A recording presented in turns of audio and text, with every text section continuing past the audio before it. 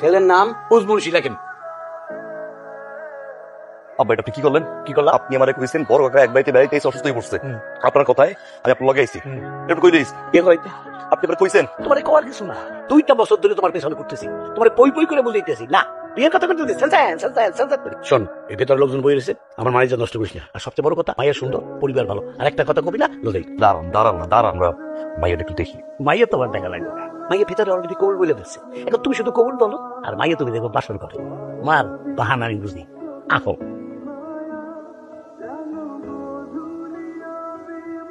দেখেন, বিষয়টা মনে হয় জানা দরকার। এই বিয়ে সম্পর্কে কিন্তু আমি জানতাম না। আব্বা আমার ফোন করছে, ফোন করে কইলো বড় কাকা নাকি অসুস্থ। গিয়ে দেখি আপনাদের বাড়িতে আমার নিয়ে গেছে। যখন নিয়ে গেছে তখন পর্যন্ত আমি কিন্তু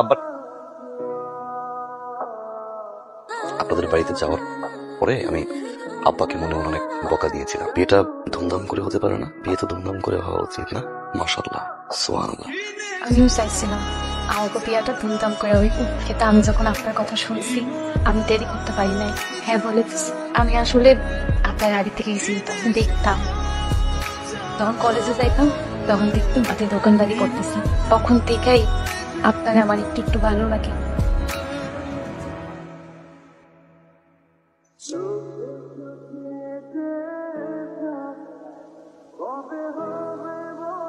মামা কি কত দোকানে কই যাস? বাড়িতে যাবো। কি লেখা?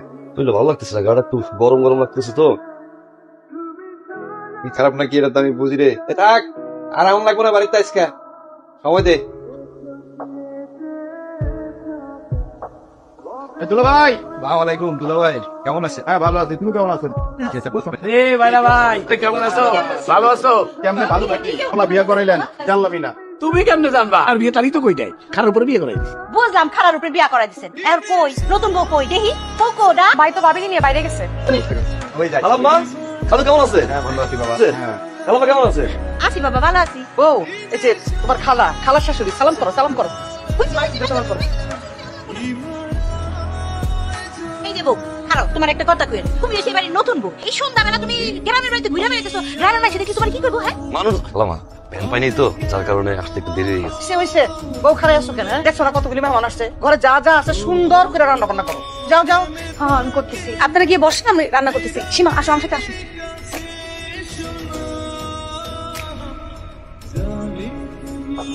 বলি ও না না, আমি পরে খাবো।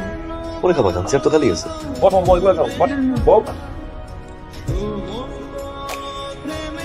বউটা জানি কেমন কেমন লাগলো আমার কাছে, একটু বিয়ার দরটা দেও না। আর রাত করে খাইতে বসে গেল, আরে আম গুজবে কি তাই করছি নাকি কখনো? সবাই খাইয়া শুরু উঠে গেছে না, পরে আমরা খাইতে বসছি। এত হাসারা দিলে কিন্তু হইব না, একটু হাতে মুঠা রাখতে হইব, নাহলে কিন্তু তোমার পুরো হাসা হারা যাবে। একটু সবসময় টাইট দিয়ে রাখবা। সীমা, সীমা একটু এদিকে আসো তো। জি ভাবি। সীমা, আমার হাতটা একটু কাইটা গেছে, তুমি তোমার পেঁয়াজটা কাইটা দাও, আমি রান্নাটা বসাই। বেশি কাটতে হইব না, অল্প কয়েকটা কাইটা দিলে হইব। আচ্ছা ঠিক আছে।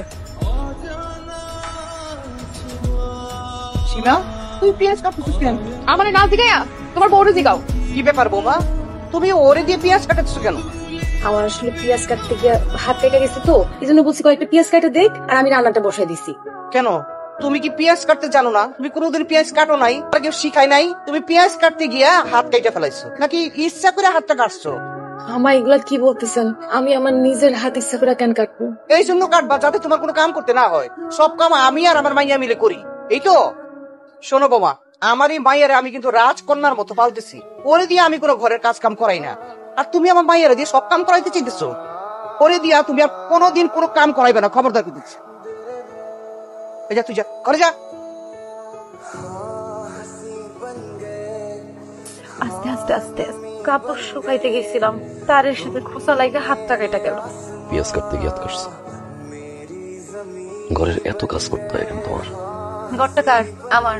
আজকে করবো, আমার করতে হইব। আমার বয়স হয়েছে না, মা কি রান্না করে যাইতে পারে? আর এই যে আপনি, আমার এমন 19 থেকে 20 হইলে আপনি এমন করেন কেন? বলতেছে আমার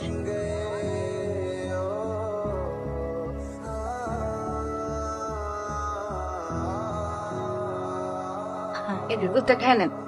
এই দাও। বউ, তুমি কি দুধে চিনি দিছো? মা 1 চামচ করে চিনি দিছি। চিনি দিছো কেন? কি শিখাইছে তোমার বাপ মা? তোর মায় তো কইছিল, বিয়ের আগে কইছিল তোমার সব কিছু সুন্দরভাবে শিখাই দিছে। এখন তো দেখতেছি কিছুই শিখাই নাই। টাকা পা খাওয়ান লাগবো না, নেও ধরো ধরো, আমরা সিঁড়ি দিয়ে দুধ খাই না, নিয়ে যাবো। যাও নিয়ে যাও। আপা একদম ঠিক করছে, এরকম টাইটের উপরে রাখ। ভাগ্নের তো একটা গতি হয়েছে না, আমি তো ভাগ্নের একটা গতি করা লাগে তাই না?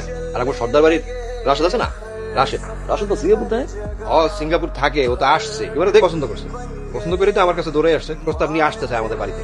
রাশেদ তো পোলা খারাপ না। ঠিক আছে তাহলে কই দিনক্ষণ চুপচাপ করে রাও আয়া দেখে বেশ দিন প্রস্তাব প্রস্তাব ডেট টেট ফালাক নাকি?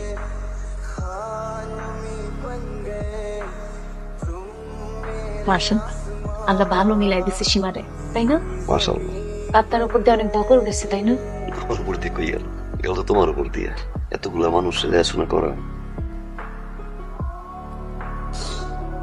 কিছু কিছু না, কিছু না। একটা জাহান্নামের মধ্যে রাখছে।